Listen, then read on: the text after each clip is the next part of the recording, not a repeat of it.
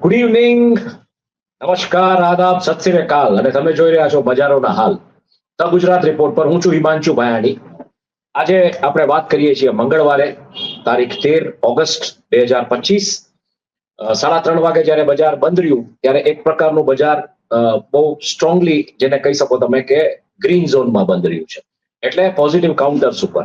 અને આના જે મુખ્ય કારણો છે એમાં વૈશ્વિક સંકેતો જે રીતના આવ્યા છે અને જે પ્રકારની પરિસ્થિતિઓ સર્જાણી છે એમાં જેને કહી શકો તમે કે આર્થિક ડેટાની એક રાહ જોવાઈ રહી છે અને બીજા વૈશ્વિક બજારો છે એની એક સ્પિલ ઓવર ઇફેક્ટ, કારણ કે ગઈકાલે રાત્રે યુએસના જે બજારો છે એ સારી રીતે પોઝિટિવ નોટ ઉપર બંધ રહ્યા છે. એશિયાઈ બજારો પણ પોઝિટિવ નોટ ઉપર બંધ રહ્યા છે, ખાસ કરીને નિકી, હેન્સિંગ, આ બધા સ્ટોક ઇન્ડાઇસિસ. અને એની અસર ભારતીય શેર બજારો ઉપર જોવા મળી. અને બીજું એક મુખ્ય કારણ કે ડીઆઈઆઈ ની જે ખરીદી છે આજે એફઆઈઆઈ ની સામે એ સારી એવી છે, એટલે એને કારણે બજાર ક્યાંક ટકી રહ્યું છે. એટલે એક પ્રકારનો એક સંકેત છે કે યુએસ ટેરિફની જે પરિસ્થિતિઓ અત્યારે સર્જાઈ રહી છે એની સામે ભારતીય બજારને ભારતના જે ડોમેસ્ટિક ઇન્વેસ્ટર્સ એટલે જેને કહી શકો તમે સ્થાનિક રોકાણકારો, ભારતના પોતાના ડોમેસ્ટિક ઇન્સ્ટિટ્યુશનલ ઇન્વેસ્ટર્સ, એ લડી લેવાના પૂરવા છે. સેન્સેક્સની જો વાત કરીએ તો સેન્સેક્સ ઓલમોસ્ટ 304.32 પોઈન્ટ ઉપર બંધ રહ્યો, એટલે 0.38% વધારો. ગઈકાલે જે રીતના ઘટ્યો હતો એમાં આજે વધારો. અને આ બંધ રહ્યો છે ઓલમોસ્ટ 80,539.91 પોઈન્ટ. એટલે એક પ્રકારે બજારમાં એક પોઝિટિવ મોમેન્ટમ જોવા મળ્યો છે. બીજી તરફ નિફ્ટી એ જે છે 24,565.35 પર બંધ રહ્યો છે અને એમાં પણ 0.54% અપ અને ઉછાળો જોવા મળ્યો છે 131.95 પોઈન્ટ.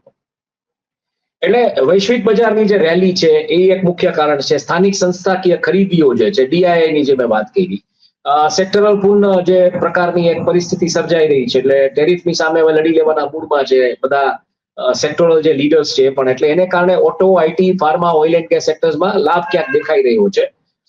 બેન્કિંગ અને નાણાકીય ક્ષેત્રોમાં હજી ક્યાંક નુકસાનને સરભર કરવાની વાત આવી રહી છે પાછલા ટ્રેડિંગ સેશન્સમાં જે રીતનું થયું છે.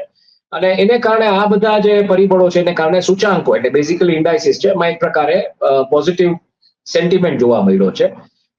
છતાંય હજી ક્યાંક સાવચેતી ભરી ભાવના છે, એટલે જે રીતના બજાર સ્પાઇક થવું જોઈએ આ બધા ફેક્ટર્સને કારણે એ રીતે નથી. એટલે 0.38% નહીં પણ ચોક્કસપણે 1-1.5% બજાર જે સ્પાઇક મેળવવું જોઈએ શું કામ નથી થયું, કારણ કે હજી એક પ્રકારની સાવચેતી ભરી ભાવના છે. એમાં શું છે, લાભ હોવા છતાં યુએસ રશિયાના રાજદ્વારી વાતચીત જે થઈ રહી છે એના ઉપર નજર છે લોકોની.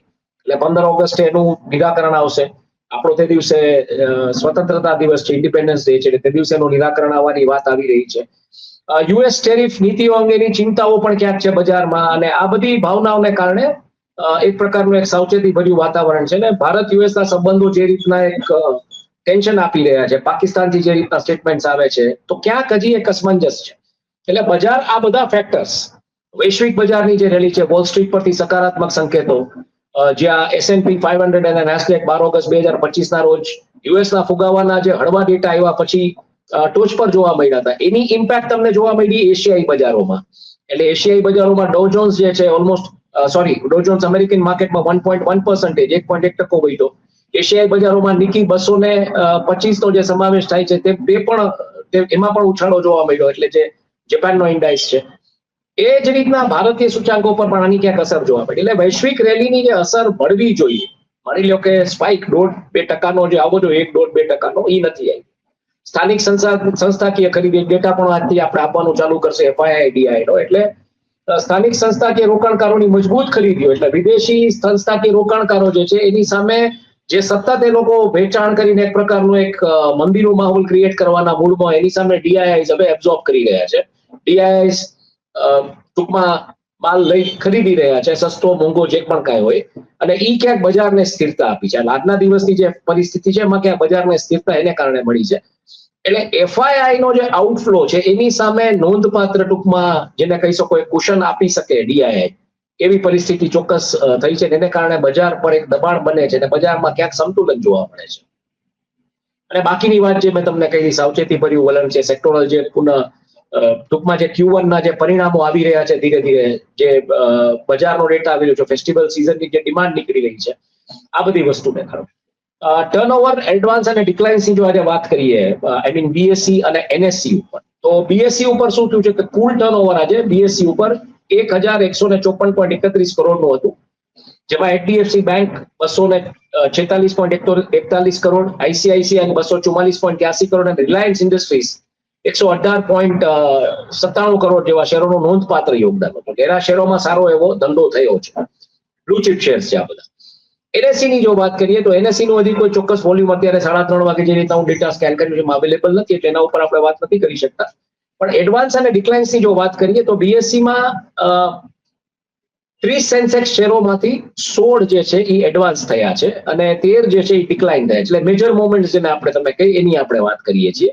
અને એક શેર જે છે અપરિવર્તિત રહ્યો છે. એટલે BSE મિડ કેપ ઇન્ડેક્સમાં 0.3% વધ્યો છે અને જ્યારે સ્મોલ કેપ ઇન્ડેક્સ જે છે 0.1% ઓલમોસ્ટ અજીબો વધારો, એટલે ક્યાંક પોઝિટિવ સેન્ટિમેન્ટ છે, ખરીદારી આવી રહી છે DIS તરફથી, ઇન્વેસ્ટર્સ તરફથી. NSE માં આશરે જે 1659 કંપનીઓના શેરો જે છે એડવાન્સ થયા અને લગભગ 1058 કંપનીના શેરો જે છે ડિક્લાઇન થયા, એટલે તૂટ્યા. બજારમાં જે પ્રકારની સકારાત્મક જે બેન્ડવિડ્થ જોવા મળી છે અને નિફ્ટી મિડ કેપમાં 100 ઇન્ડેક્સનો જે છે એમાં 1.33% ઓલમોસ્ટ વધારો જોવા મળ્યો છે. થોડું દબાણ છે મિડ કેપ્સમાં, પણ એ પરિસ્થિતિમાં પણ આજે જે પ્રકારની બજારની જે પણ કાંઈ ધંધો થયો છે, ધંધો આજે રિફ્લેક્ટ થાય છે કે બજાર એક પોઝિટિવ મૂડમાં છે. ટોચના ગેનર્સ અને લૂઝર્સની વાત કરીએ તો NSE પર ટોચના ગેનર્સમાં NTPC છે, ટાઇટન કંપની છે, બજાજ ફિનસર્વ છે અને અન્ય નોંધપાત્ર ગેનર્સમાં જેને કહીએ તો Maruti Suzuki, Tech Mahindra, M&M નો સમાવેશ થાય છે, જે ઓટો અને IT સેક્ટરની તાકાતને દર્શાવે છે. બજાજ ફિનસર્વમાં નાણાકીય સેક્ટરનો જે સકારાત્મક સંકેતોની જે લાભની વાત આવી રહી છે એને કારણે બજાજ ફિનસર્વ અપ ગયો છે, ઓલમોસ્ટ 0.28% વધ્યો હતો. અને ટાઇટન કંપની જે છે લક્ઝરી સેગમેન્ટમાં ગ્રાહકની માંગને જે પ્રકારનો ટેકો મળી રહ્યો છે, એટલે ડિમાન્ડ ક્યાંક લક્ઝરી સેગમેન્ટમાં સ્પાઇક જોવા મળ્યો છે, એને કારણે ટાઇટનનો શેર આજે 1.33% અપ રહ્યો હતો. NTPC 1.39% ઉપર ગયો છે. એનું કારણ છે પાવર સેક્ટરની મજબૂત જે માંગની વાત આવી રહી છે એને કારણે ક્યાંક એને સ્પાઇક મળ્યો છે NTPC ના શેર. લૂઝર્સની જો વાત કરીએ NSE પર તો ભારતી એરટેલ છે, ઇન્ડસઇન્ડ બેંક છે, ટાટા મોટર્સ છે, HDFC બેંક છે, નેસ્લે ઇન્ડિયા છે, આ બધી કંપનીઓનો સમાવેશ થાય છે. એટલે મેઇનલી નાણાકીય અને FMCG માં જે દબાણની વાત છે જે છેલ્લા 2 અઠવાડિયાથી આપણે કરી રહ્યા છીએ એ અહીંયા ફલિત થાય છે. ટાટા મોટર્સની જો વાત કરીએ તો એ 2.19% ઘટ્યો છે. ઓટો નિકાસ અને વૈશ્વિક વ્યાપારની ચિંતાઓની અસર, એટલે જે ટ્રમ્પ ટેરિફની જે વાત આવી રહી છે ને, જે રીતના JLR નો સેગમેન્ટનો જે રેવન્યુ પાઈમાં જે હિસ્સો છે જેગવાર લેન્ડ રોવરનો, એની ક્યાંક અસર અત્યારે ટાટા મોટર્સના શેર પર દેખાઈ રહી છે. ઇન્ડસઇન્ડ બેંકના શેર છે એ 3.07% ઘટીને ઓલમોસ્ટ બેન્કિંગ સેક્ટરની જે નબળાઈ છે એને ક્યાંક પ્રતિબિંબિત કરી રહ્યા છે. અને ભારતી એરટેલ ટેલિકોમ કંપની છે, ટેલિકોમ સેક્ટરમાં અત્યારે જે રીતની ડિમાન્ડ હોવી જોઈએ કદાચ નહીં હોય, અને તાજેતરમાં જે લાભ પછી નફો લેવાને કારણે એટલે ક્યાંક ઓપરેટર્સ કે સટોડિયાઓ એક્ટિવેટ થયા હોય આ સ્ક્રિપ્ટમાં એવું લાગી રહ્યું છે. BSE ના ટોચના જે ગેનર્સ છે એમાં NTPC છે, ટાઇટન, એટલે NTPC અગેન NSE પર પણ ટોપના ગેનર્સમાં, એટલે NTPC પણ મને લાગે છે કે કોઈ ઓપરેટ કરી રહ્યું છે 100%. કારણ કે પાવર સેક્ટરની ડિમાન્ડ અત્યારે ચોમાસાની સિઝનમાં ક્યાંથી એવી મને સમજાતું નથી, પણ કોણે આ પડીકું ફેરવું માર્કેટમાં કે પાવર સેક્ટરની ડિમાન્ડ, એટલે કંઈક સમજવું પડશે. એની વિચવીસ એટલે NTPC માં વધારો જોવા મળે છે. Titan company again same factor, luxury ગુડ્સની જે ડિમાન્ડની વાત આવે છે. બજાજ ફિનસર્વ અગેન નાણાકીય સેક્ટરના જે લાભ લેવાની વાત છે એ છે. અને BSE ના ટોપ લૂઝર્સમાં અગેન ભારતી એરટેલ છે જે ઓલમોસ્ટ આમાં પણ છે, NSE પર પણ છે, ઇન્ડસઇન્ડ બેંક છે ને ટાટા મોટર્સ છે. એટલે આ બધા શેર્સ ઓલમોસ્ટ જેને કહી શકો તમે BSE ને NSE પર લૂઝર્સ, એટલે કહો આમ ટૂંકમાં જેને કહી શકો FII DI ની જે વોર છે એમાં કંઈક રમતો ચાલી રહી છે.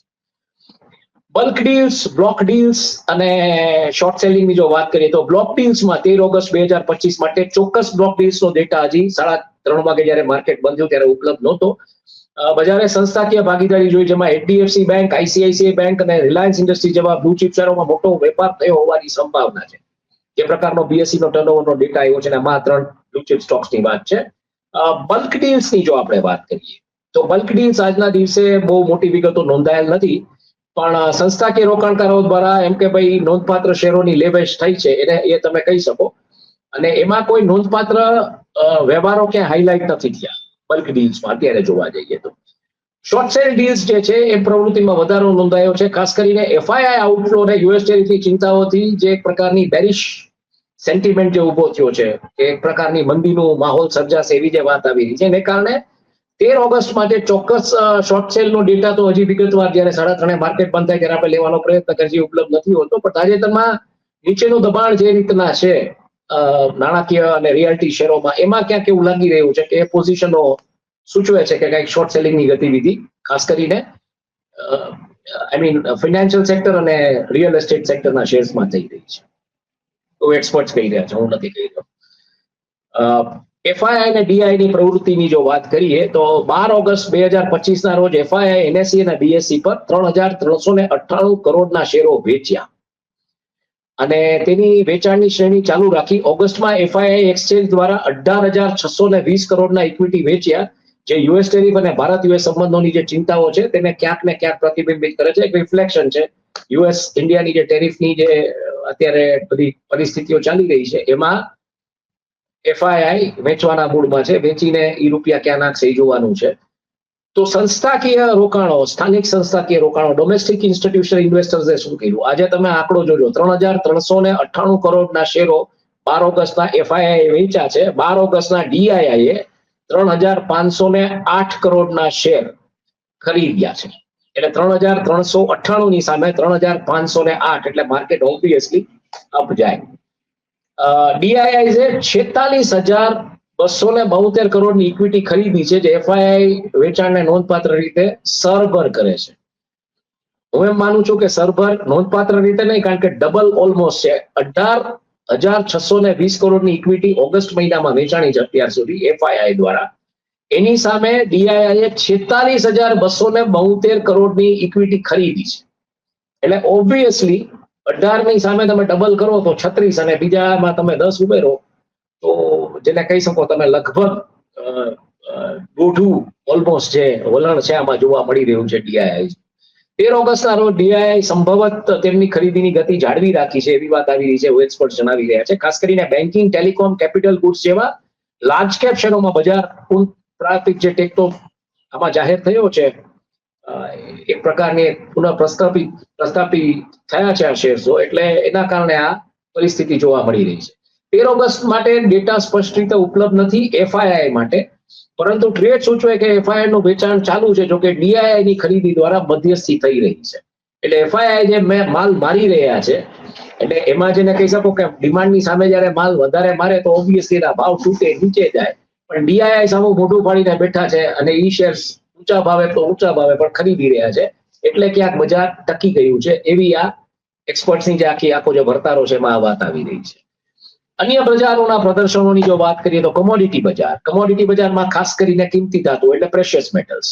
વૈશ્વિક અનિશ્ચિતતા વચ્ચે સલામત જે સેફ હેવન ડિમાન્ડ જે આવી રહી છે ગોલ્ડમાં, એને કારણે સોનાના ભાવ સ્થિર રહ્યા છે. આ વાત આપણે છેલ્લા 1 અઠવાડિયા 2 અઠવાડિયાથી કરી રહ્યા છીએ કે ગોલ્ડ છે ક્યાંક સ્ટેબિલિટી તરફ અત્યારે જઈ રહ્યું છે. ચાંદીના ભાવમાં ઔદ્યોગિક જે માંગ છે એનો ટેકો મળતા ઓફકોર્સ ચાંદીના ભાવમાં થોડો નજીવો વધારો જોવા મળ્યો છે. બિનકિંમતી ને જેને કહી શકો તમે નોન પ્રેશિયસ મેટલ્સ કે બેઝ મેટલ્સ, એમાં જો વૈશ્વિક વ્યાપારની ચિંતાઓને કારણે તાંબુ અને એલ્યુમિનિયમ જેવા બેઝ મેટલ્સ પર દબાણ રહ્યું છે, જેમાં બીએસસી મેટલ ઇન્ડેક્સ જે છે એ તાજેતરના સેશન્સમાં 1.82% જેને કહી શકાય ઘટ્યો છે. એટલે જે પ્રકારની વાતો ચાલી રહી છે યુએસ અને ચીન વચ્ચેની ટેરિફની, અને એમાં જે એશિયાઈ એટલે ધાતુ છે એ એશિયાઈ બજારોમાં જો માંગ વધશે, એમાં ક્યાંક સ્ટેબિલિટી આવશે તો ધાતુની ડિમાન્ડ વધશે. ગઈકાલે ધાતુ એટલે વધેલું હતું કે ચાઇનાનો જે ડેટા આવ્યો હતો, એ ચાઇનાના ડેટાના આધારે ટૂંકમાં ક્યાંક એવું લાગતું હતું કે ધાતુની ડિમાન્ડ વધશે, એટલે સટોડિયાઓ લાવ કરતા હતા અને સપ્લાયની સામે ડિમાન્ડ વધારે હતી, એટલે ઓબ્વિયસલી ભાવ ઉપર ગયા. આજે તૂટ્યું છે, કારણ કે જે સેન્ટિમેન્ટ છે એ પાછું બરકરાર 24 કલાક પછી રહ્યું નથી, ભલે બજારો સ્પિલઓવર ઇફેક્ટ ને બધું છે. અને આ બધું તમારે સમજવું હોય ને, જે હું કહું છું કે ચાઇનાનો ડેટા આવવાનો હતો કે આ બધું, તો મારી પોતાની વેબસાઇટ છે datelinegujaratnews.com, એના ઉપર અમે ન્યૂઝલેટર લખીએ છીએ. થોડા હમણાં ટેકનિકલ ઇશ્યુઝને કારણે આ એક વીક અમે કદાચ નથી આપી શકતા, પણ સોમવારથી ગુરુવાર એમાં પણ અમે ડિટેલ્ડ એક ન્યૂઝલેટર આપીએ છીએ, જેમાં ઇકોનોમિક ઇવેન્ટ્સનો આખો ડેટા હોય છે, આખી દુનિયામાં ઇકોનોમિક ઇવેન્ટ્સ ક્યાં થઈ ગઈ છે, એટલે એના ઉપર નજર રાખશો તો આ બધું તમે કનેક્ટ કરી શકશો. ઉર્જા અને પાવર સેક્ટરની જો વાત કરીએ તો યુએસમાં ક્રૂડ સ્ટોકપાઇલ નો વધારો થયો છે, એટલે સપ્લાય વધ્યો છે.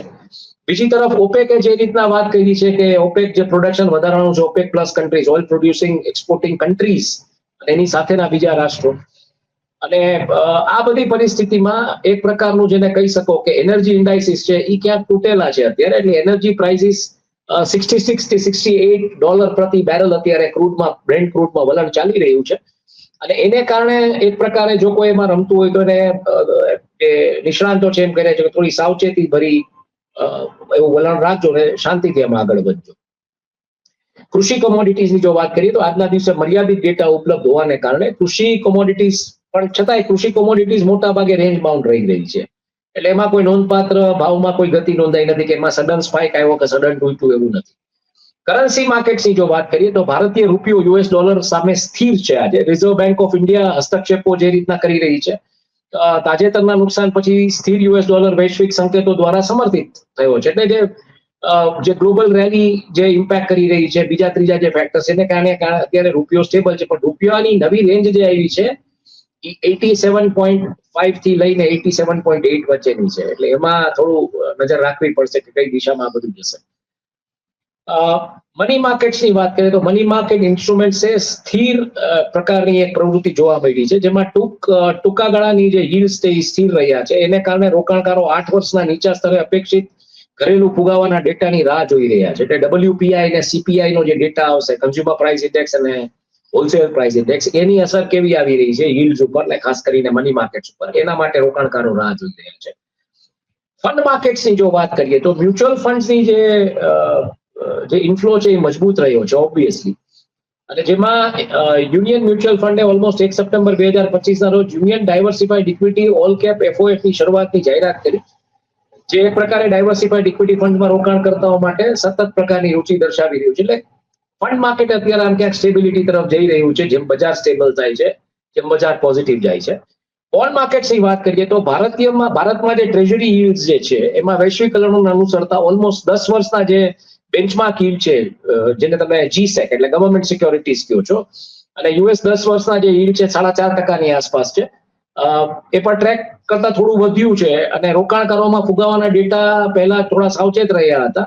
એટલે yield જે આપણે અહીંયા છે એ 6.39 થી લઈને ગઈકાલે જે વાત આવી 6.4 ની, એટલે 6.43 થી 6.53 ની વચ્ચે ટ્રેડર્સ જે છે એ yield ને જોઈ રહ્યા છે, એવું એક્સપર્ટ્સ ડેફિનેટલી સૂચવે છે આપણને. ક્રિપ્ટો માર્કેટ્સની જો વાત કરીએ તો ભારતમાં જેને કહી શકાય કે નિયમનની બાબતને લઈને હજી ક્રિપ્ટોનો ડેટા જોઈએ એટલો નથી આવી રહ્યો સ્ટ્રોંગલી, પણ એમાં પણ આ જ વાત આવી રહી છે કે બિટકોઇન અને જે મુખ્ય ક્રિપ્ટો કરન્સી છે એમાં ટૂંકમાં નજીવો લાભ થશે એવી વાત આવી રહી છે. ખાસ કરીને ચીન અને US અને રશિયાની જે વાત આવશે, અને US અને ચાઇનાની જે વાત આવશે, અને પછી એમાં ક્યાંક આપણા ઉપર જે ટેરિફમાં કંઈક ફેરફારો આવે તો કદાચ બિટકોઇનમાં નજીવો લાભ અત્યારે દેખાઈ રહ્યો છે, એવું બજારના સૂત્રો જણાવી રહ્યા છે. અને એક પ્રકારની સકારાત્મક ભાવ જેને કહી શકાય અભિગમ ચાલી રહ્યો છે યુએસમાં અત્યારે. એટલે એને કારણે પણ ક્રિપ્ટો કરન્સી ક્યાંક સ્ટેબિલિટી તરફ જઈ રહી છે. કમોડિટી માર્કેટના મુખ્ય પ્રદર્શનના જો કારણો આપણે જોઈએ તો US ટેરિફની નીતિઓ જે રીતની છે સહિત વૈશ્વિક વ્યાપારના તણાવે બેઝ મેટલ્સ અને ઉર્જા સેક્ટરમાં ક્યાંક દબાણ લાવેલું છે, એટલે એના પ્રાઇસીસ સ્ટેબલ છે. સલામત જે સેફ હેવન્સ છે જ્યાં ગોલ્ડની ડિમાન્ડ છે એને કારણે ધાતુઓને ટેકો આપ્યો છે, કારણ કે ક્રિપ્ટો અગેન સ્ટેબલ છે. અને સ્થાનિક સંસ્થાકીય ખરીદીએ ફંડ માર્કેટ્સને મજબૂતી આપી છે આમ તમે જોવા જાવ તો. અને કરન્સી ને બોન્ડ બજારો સ્થિર રહ્યા છે. જે ફુગાવાના ડેટા પહેલા સાવચેતીની એક વાત હતી ને એમાં એક પ્રકારનો આશાવાદ હતો કે કરન્સી ને બોન્ડ બજારો કદાચ ઉપર જાય, પણ હવે સ્થિર રહ્યા છે અથવા તો તૂટે, પણ એમાં પણ ક્યાંક સ્થિરતા જોવા મળી રહી છે. મુખ્ય વ્યવસાય, કોર્પોરેટ અને સેક્ટોરલ સમાચાર જે છે આપણે છેલ્લા 24 કલાકની અંદર એને કઈ રીતે બજારો પર અસર કરી, તો કોર્પોરેટ અર્નિંગ્સ ખાસ કરીને ઓનાસા કન્ઝ્યુમર્સ, પછી ઓર્કિડ ફાર્મા, સુઝલોન એનર્જી, નાટકો ફાર્મા, આના પરિણામોની અસર ક્યાંક ને ક્યાંક બજારમાં જોવા મળી છે. અને નજીવો વધારો જે રીતના આવ્યો એમના ક્વાર્ટરલી રિઝલ્ટ્સમાં, તો એનો ઇમ્પેક્ટ ક્યાંક જોવા મળ્યો છે. સુઝલોન એનર્જીમાં નફો વધ્યો છે, એમાં એકીકૃત નફો ટૂંકમાં નોંધાયો છે, નફામાં વધારો નોંધાયો છે. ઓર્કિડ ફાર્મામાં પણ નફામાં વધારો નોંધાયો છે. નેટકો ફાર્મામાં ક્યાંક જેને કહી શકાય કે નફો ઘટ્યો છે, અને MRFમાં પણ નફો ઘટ્યો છે. પણ આની અસર જેને કહી શકાય કે નેગેટિવ ઇમ્પેક્ટ નથી રહી અને પોઝિટિવ છે. સેક્ટોરલ એરિયાઝની જો વાત કરીએ, સેક્ટર બેઝ ન્યૂઝની જો વાત કરીએ તો સિમેન્ટ સેક્ટરમાં સિસ્ટમેટિક રિસર્ચે હાફ યરલી ફિનાન્શિયલ યર 25-26 એટલે નાણાકીય વર્ષ 25 26 માટે 6 મહિના માટે 7 થી 8% વોલ્યુમનો વૃદ્ધિનો અંદાજ લગાવ્યો છે. એટલે સિમેન્ટની ડિમાન્ડ વધશે એવી વાત આવી રહી છે, જે ઇન્ફ્રાસ્ટ્રક્ચરની માંગ દ્વારા સંચાલિત રહેશે. એટલે એ ડિમાન્ડ હાઉસિંગને કારણે નહીં હોય, પણ જે ગવર્મેન્ટના ઇન્ફ્રાસ્ટ્રક્ચર સ્પેન્ડ કે ગવર્મેન્ટના ઇન્ફ્રાસ્ટ્રક્ચર પ્રોજેક્ટ જે હશે રોડના ને બધા, એને કારણે આ વધશે એવી વાત આવી રહી છે. ઇન્ફ્રાસ્ટ્રક્ચરમાં હાઈવે ઇન્ફ્રાસ્ટ્રક્ચરના આઈપીઓની લિસ્ટિંગમાં મજબૂત લાભ સાથે થઈ છે, જે ભારતમાં હાઈવે ઇન્ફ્રાસ્ટ્રક્ચર સેક્ટરમાં રોકાણકારોને વિશ્વાસ દર્શાવે છે. તો બીજી તરફ રેલ સેક્ટરમાં સીજી પાવરે યુએસ રેલ બજારને લક્ષ્યાંકિત કરવા ફ્લેન્ડર્સ સાથે ભાગીદારી કરી છે. જે કેપિટલ ગુડ્સમાં એક પ્રકારની જેને કહી શકાય સેન્ટિમેન્ટ સ્ટ્રોંગ કર્યું છે. એટલે સેક્ટરના જે સમાચાર છે એની પણ ક્યાંક અસર આપણને બજાર પર આજના દિવસે જોવા મળી છે. આર્થિક વેપારની જો વાત કરીએ તો યુએસ રશિયાની વાતચીત અને યુએસ ટેરિફની નીતિઓની અપેક્ષા બજારની ભાવના પર અસર કરી રહી છે. અને 15 ઓગસ્ટે જ્યારે યુએસ રશિયાની જે વાત બહાર આવશે ત્યારે એની અસર શું થશે? 15 તારીખ આપણે તો બજાર બંધ હશે, એટલે મને લાગે છે કે સીધી ઇમ્પેક્ટ આપણને જે જોવા મળશે, કારણ કે 15 તારીખે શુક્રવાર છે અને આપણે સ્વતંત્રતા દિવસને કારણે એમાં હોલિડે હશે, એટલે મને લાગે છે સીધી ઇમ્પેક્ટ 15 તારીખની કદાચ યુએસ રશિયાની જે વાટાઘાટોની જોવા મળે તો એ આપણને જોવા મળે સીધી 17 નહીં પણ 18 તારીખે જ્યારે સોમવારે બજાર ખુલે. અને હું પણ હવે આમ જોવા જાઉં તો ફેસ્ટિવલ મૂડ ચાલુ થઈ ગયો છે, કારણ કે 15 તારીખે 16 તારીખે જન્માષ્ટમી છે અને આ બધી જે રજાઓ છે એક્સટેન્ડેડ ફ્રાઈડે સેટરડે, એટલે કાલનો દિવસ હજી કામ થશે. મને લાગે છે કાલે બજાર પોઝિટિવ રહેવું જોઈએ અને પછી 15 થી રજાનો માહોલ છે. 15, 16, 17. 16 તારીખે શનિવાર છે, 15 સ્વતંત્રતા દિવસ છે, 16 તારીખે જન્માષ્ટમી છે, આમ પણ શનિ રવિ બજાર બંધ હોય છે. એટલે આ 3 દિવસનો જે હોલિડે આવશે એમાં મને લાગે છે ક્યાંક સેટલમેન્ટ સી રીતના થશે અને આ દરમિયાન સમાચારો ઉપર નજર રાખવી પડશે, કારણ કે આ સમાચારો કેવી રીતના બજારને ઇમ્પેક્ટ કરે છે 18 તારીખે એક બહુ મોટો ફેક્ટર છે. આઈપીઓસ ની જો વાત કરીએ તો 13 થી 15 ઓગસ્ટ એટલે આ વીકના જે આઈપીઓસ છે એમાં સાવલિયા ફૂડ પ્રોડક્ટ જે છે એ લગભગ 11 ઓગસ્ટે બંધ થયો છે. 114 થી 120 ની વચ્ચેનો એનો જે ઓફર ફોર સેલ નો જે વાત આવી એનો જે ભાવ રહ્યો છે. જેએસડબલ્યુ સિમેન્ટ ઓએફએસ 139 થી 147 11 ઓગસ્ટના રોજ બંધ થયો છે. ઓલ ટાઈમ પ્લાસ્ટિક્સ જે છે OFS basically offer for sale જે હતો એ 260 થી 275 ની વચ્ચે 11 ઓગસ્ટના રોજ બંધ થયો છે. મેડિસ્ટેપ હેલ્થ કેર જે છે એ પણ 43 રૂપિયા આઈપીઓ નો ભાવ અને 12 ઓગસ્ટ એટલે ગઈકાલે બંધ રહ્યો છે. એએનબી મેટલ કાસ્ટ જે છે એનો ભાવ 148 થી 156 12 ઓગસ્ટના રોજ બંધ થયો છે. સ્ટાર ઇમેજિંગ અને પાટલાક ઓએફએસ 135 થી 142 ઓલમોસ્ટ 12 ઓગસ્ટના રોજ બંધ થયો છે અને કોમ્પ્લેક્સ સિનેમાઝ આઈપીઓ જે છે એ 11 ઓગસ્ટના રોજ બંધ થયો છે. 168 થી 177 નો ભાવ છે. હજી તમારે થોડી વિગતો જો જોતી હોય આ મુદ્દે તો તમે રોકાણકારો જે કહો એમને એનએસસી ને બીએસસી ની વેબસાઇટ પર જઈ અને આઈપીઓ મુદ્દે જે કાંઈ જાહેરાતો છે એ જોવી જોઈએ. 14 ઓગસ્ટના આઉટલુકની જો વાત કરીએ, આવતીકાલનું બજારનું આઉટલુક કેવું રહેશે, એટલે કેવું રહેશે બજાર આવતીકાલનું? આવતીકાલે આમ જોવા જાવ તો છેલ્લો દિવસ છે બજાર ટ્રેડિંગનો જેને કહી શકાય, કારણ કે શુક્રવારથી પછી રજા છે. એટલે કાલે 3:30 પછી તો મુંબઈમાં તમે જુઓ જે શેર બજારોની ઓફિસ હોય કે જે એનાલિસ્ટ જેના ઉપર કામ કરતા હોય એમાં 3:30 પછી તો વસ્તી થઈ ગઈ હશે. કાલે લોકોના વીકેન્ડના પ્લાન રહ્યા કે થઈ ગયા હશે, સ્ટેકેશન્સ માટે લોકો નીકળી જશે. એટલે મુંબઈ આમ તમે જોવા જાવ તો ટ્રાફિક ઓછો તમને જોવા મળશે મુંબઈ શહેરની અંદર. મુંબઈની બહાર ટ્રાફિક જામના કદાચ દ્રશ્યો આપણને જોવા મળે. અને હોટલો તો ઓબ્વિયસલી સ્ટેકેશન ડેસ્ટિનેશન અને વીકેન્ડ ડેસ્ટિનેશન આસપાસ બધે હવે જે રીતની ટ્રેનની કનેક્ટિવિટી પ્લેનની કનેક્ટિવિટી થઈ ગઈ છે એટલે ઈ ઇમ્પેક્ટ હવે જ્યાં હું બેઠો છું દ્વારકા ત્યાં પણ જોવા મળે છે. શુક્રવારની સાંજથી દ્વારકામાં ભીડ હોય છે અને મોટાભાગની GJ27, GJ1, GJ2, GJ4 આવી બધી ગાડીઓ તમને જોવા મળે. GJ3 આજુબાજુના વિસ્તારની, GJ10, GJ11 આ બાજુના વિસ્તારની લોકો, સ્થાનિક લોકો અહીંયા મોજ માણવા આવી જાય. એટલે આ હવે આ વીકેન્ડ એક્સટેન્ડેડ છે એટલે એમાં ડેફિનેટલી એક પ્રકારનો જેને કહી શકાય તમે કે ગીર્દી વાળો માહોલ જોવા મળશે આ બધી જગ્યાએ. તો ભારતીય શેર બજાર કાલે કેવું રહેશે? કાલે જે છે એવી વાત આવી રહી છે કે વિશ્વના જે સંકેતો છે એને ટ્રેક કરતા એવું લાગી રહ્યું છે કે ઓલમોસ્ટ ફ્લેટ રહેવાની સંભાવના છે. એટલે કદાચ માઇનર પ્લસમાં જાય બજાર એવી એક સંભાવના આવી રહી છે. મુખ્ય સ્તરો નિફ્ટીની જો વાત કરીએ તો નિફ્ટીનો જે લેવલ છે સપોર્ટનો એ 24,300 અને એ કદાચ પાર કરશે 24,400 એવી વાત આવી રહી છે. 24,700 પર રેઝિસ્ટ થાય નિફ્ટી એવું એક્સપર્ટ્સનું કહેવું છે, એવું એક્સપર્ટ્સને નિષ્ણાંતો કહી રહ્યા છે.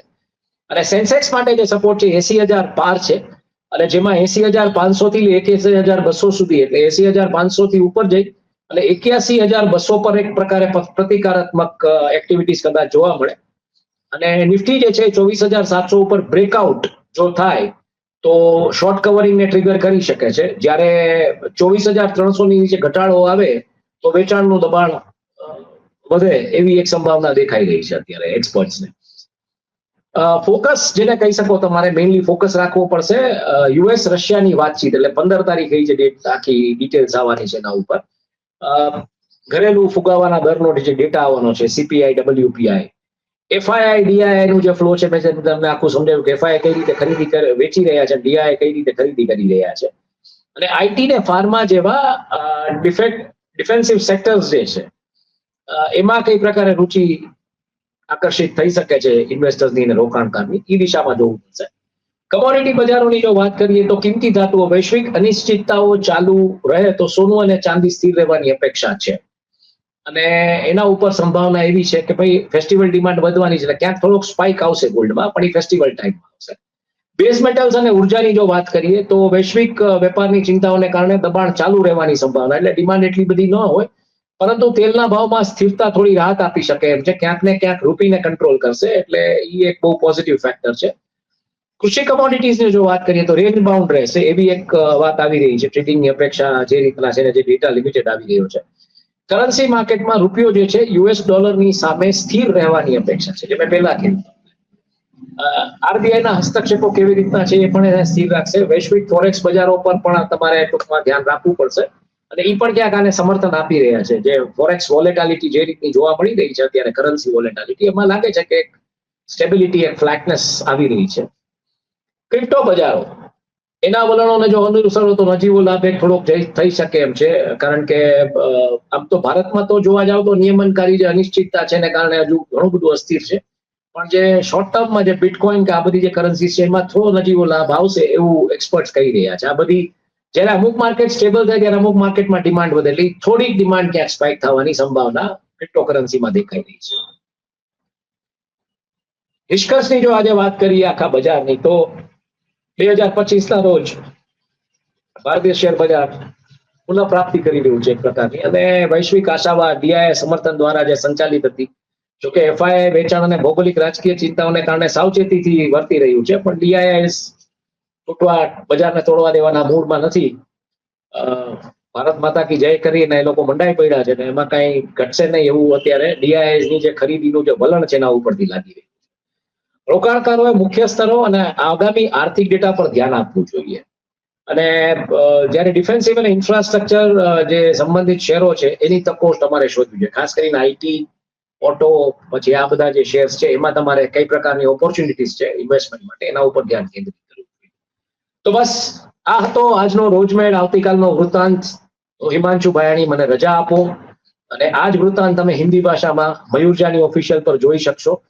તો તમને બધાને જે તહેવારો આવી રહ્યા છે, હજી કાલે ડેફિનેટલી એક આપણે લિંક કરશું, એટલે પરમદીથી રજાઓ છે, એટલે જે તહેવારો આવી રહ્યા છે, સ્વતંત્ર દિવસની, જન્માષ્ટમીની હાર્દિક શુભકામનાઓ, અને બસ મને રજા આપો. આવજો અને શુભરાત્રી.